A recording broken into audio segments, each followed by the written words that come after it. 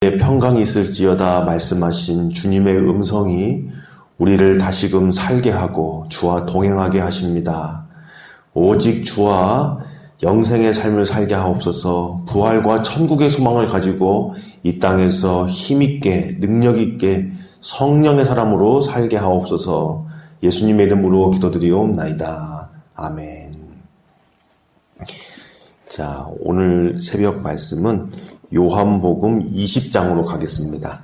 어제 주일 예배를 통하여서 십자가 지시기 전 그리고 부활 이후에 어떤 세 번의 상징들, 특별히 요한복음을 중심으로 해서 사복음서에 세 번씩 나타난 어떤 상징들, 사건들에 대해서 함께 살펴보았죠. 오늘은 예수님께서 부활하신 이후에 제자들에게 나타나셔서 너희에게 평강이 있을지어다 라고 말씀하신 것이 또 역시 세 번이에요.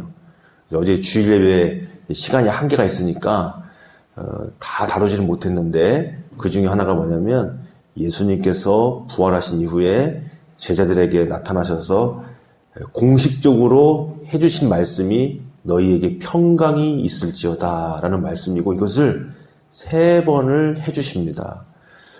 그래서 우리가 그 그 내용을 한번 살펴보고 확인해보고 이 평강이 무슨 의미인가를 우리가 함께 이 새벽에 묵상하려고 합니다.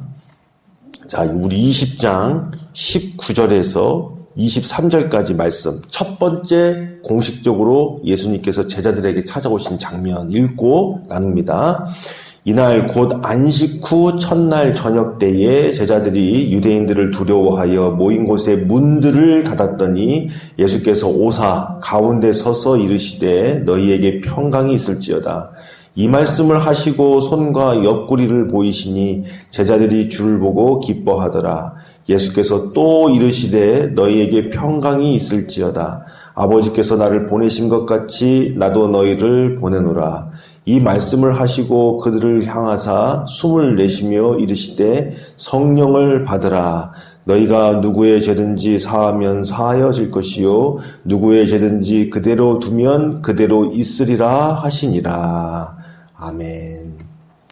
자, 이 날 그랬습니다. 주님께서 부활하신 날, 또 다시 한번 안식 후 첫날 저녁 때에 시간을 정확하게 이야기하죠.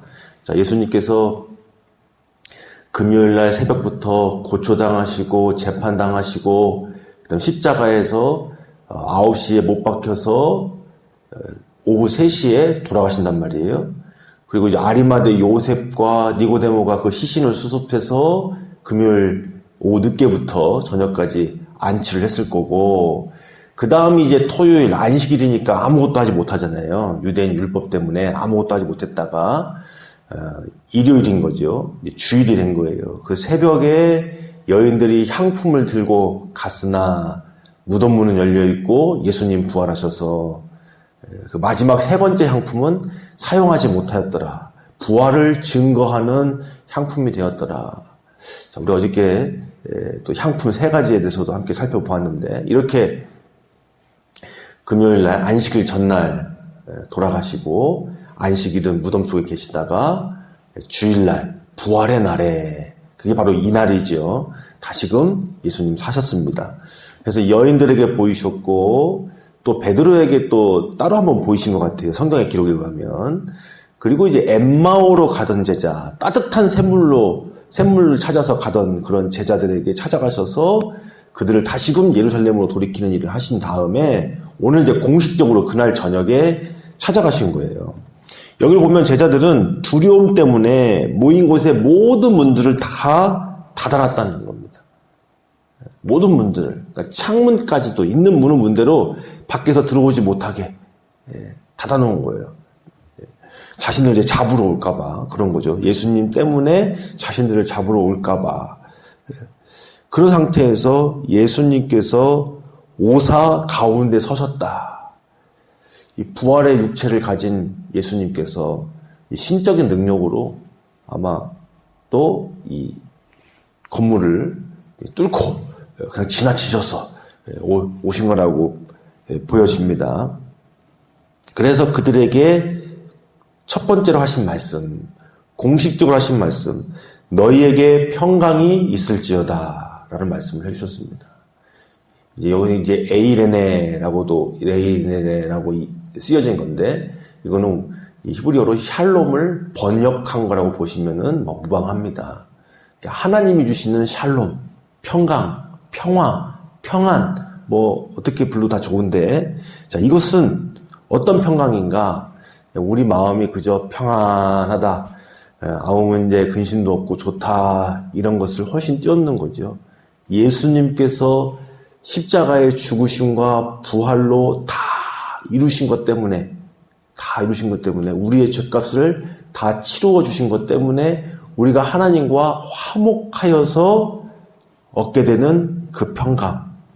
마귀의 권세를 다 깨뜨리셨기 때문에, 무덤의 권세, 사망의 권세를 다 이기셨기 때문에 올 수 있는 그런 평강. 바로 그런 평강들을 이야기하는 거고요. 또 하나, 여러 번 자주 반복하지만 샬롬 이렇게 한다고 그랬죠.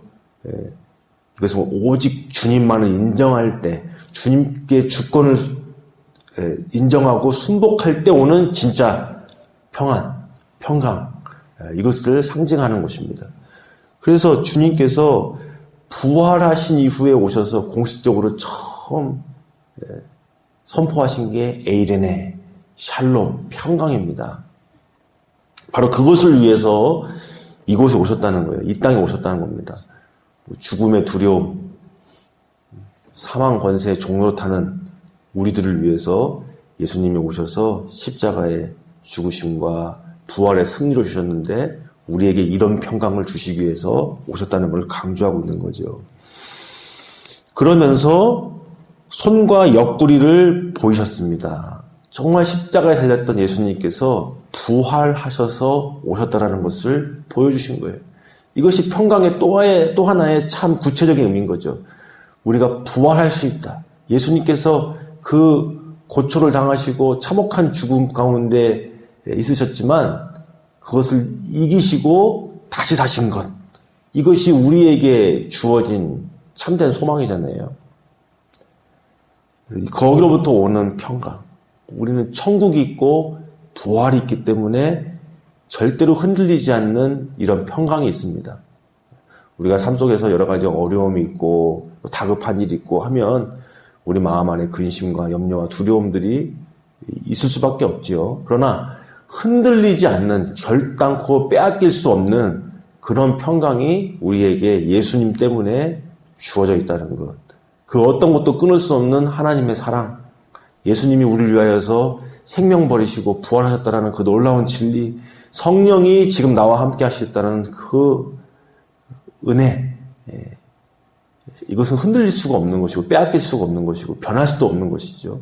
우리가 잠시 감정 때문에, 상황 때문에 흔들릴 수는 있으나 이 사실은 절대로 바뀔 수 없는 우리에게 진정한 평강이 되는 것입니다. 자, 그리고 난 다음에 예수님께서 다시 한번 21절에 또 이르시되, 두 번째 말씀하셨다는 거예요. 너희에게 평강이 있을지어다. 그러면서 이 다음에는 사명에 대해서 얘기하세요. 아버지께서 나를 보내신 것 같이 나도 너희를 보내노라. 그러니까 이 평강을 가진 자들이 이제 담대하게 해야 할 일은 뭐냐면 복음 전파의 사역을 해야 한다는 겁니다. 그리고 그들을 향하여서 숨을 내쉬며 이르시되 성령을 받으라. 이렇게 말씀하세요. 자, 여기서 성령을 받으라는 것은 이런 겁니다.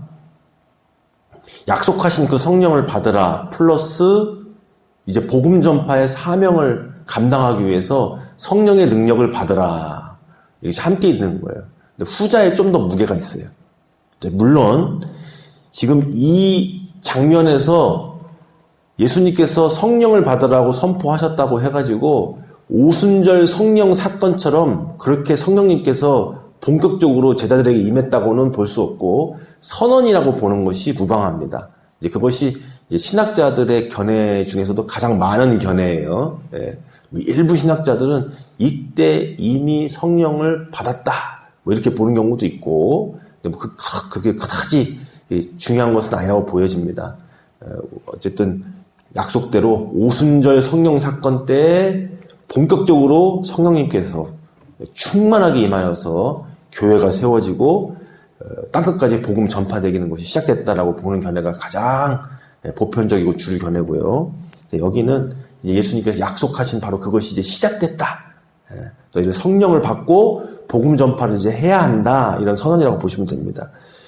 그래서 23절에 너희가 누구의 죄든지 사하면 사할 것이요 누구의 죄든지 그대로 두면 그대로 있을 것이다 라고 말씀하시잖아요. 이 말은 우리 한 사람 한 사람이 누구를 정죄하고 누구를 또 용서해주고 이런 특별한 권세가 있다는 보다도 바로 이제 성령을 받는 이 교회 공동체가 복음을 전파해야 한다는 말이에요. 그래서 복음이 전하여지면 그들에게 그들의 죄가 사여지기도 하고 또 복음을 거부하면 또 그대로 심판에 처하기도 하고 그런 거잖아요. 이제 그런 의미로 보시면 되겠습니다. 자, 그리고 이제 추후에 좀 더 이제 구체적으로 살펴보겠지만 24절에서 31절까지가 이제 도마 이야기인데 도마가 바로 이때 없었어요. 그러니까 없을 때 예수님 오셨다고 이제 본인이 나는 내가 직접 봐야 되고 심지어는 나는 예수님 옆구리에 손가락까지 넣어봐야 믿겠다라고 하고 있을 때 그렇게 얘기했더니 여드레를 지나서 예수님 오신 거예요. 도마 때문에. 그러면서 오셔가지고 또다시 두 번째 방문할 때도 말씀하신 게 뭐냐면 26절에 너희에게 평강이 있을지어다 라고 말씀해 주셨다는 거예요. 평강이 있을지어다. 왜냐하면 여드레가 지났음에도 불구하고 여전히 문을 닫고 있었기 때문이에요. 예수님께서 첫 번째 방문해 주셨을 때 너무나 기쁘고 너무나 감사하고 예수님 부활하신 거 확인했음에도 불구하고 이들이 가지고 있는 이 두려움, 인간적인 이 두려움이 해소가 되지 않았다는 걸 알 수 있습니다. 그래서 예수님 또 두 번째 방문하셔서 평강이 있을지어다 라고 말씀하셨어요. 예수님 참 좋으신 분이시죠. 아니 부활한 내가 평강이 있을지어다 두 번씩이나 지난주에 그렇게 얘기했는데 도마 이 녀석은 믿음이 없어가지고 옆구리에 손가락 넣어야만이 믿겠다고나 하고 부활한 나를 본 너희들은 아직도 평안을 얻지 못하고 두려움에 도대체 문은 왜 닫아놔가지고 내가 또 벽 뚫고 오게 만들고 이렇게 말씀하시지 않으셨다는 거죠. 우리 주님은 평강이 있을지어다 기꺼이 말씀하셨고 이렇게 해서 총 3번입니다. 총 3번이에요. 그래서 성경은 의도적으로 이야기하죠. 예수님께서 평강이 있을지어다 3번만 말씀하셨겠어요. 나중에 또 이야기하고 또 이야기하셨겠죠. 근데 성경에서 3번을 의도적으로 기록한 것은 주님께서 우리에게 이런 평강 주셨다. 이것을 강조하기 위함입니다. 오늘도 우리가 평강으로 주님 주신 절대 흔들리지 않는 평강 가지고 살기를 원하십니다. 기도합니다. 우리에게 평강 주신 예수님 감사합니다. 이것을 잊지 않게 하여 주시옵소서. 세상이 주는 두려움, 또 세상이 주는 미혹, 분주함 속에서 예수님께서 우리에게 어떤 일을 행하셨는지, 우리가 성령님을 또 어떻게 함께하고 계시는지를 잊지 않고 살게 하여 주옵소서. 오늘 하루도 평강 안에서 승리하기를 원합니다. 주여 도우시옵소서. 예수님의 이름으로 기도드리옵나이다. 아멘.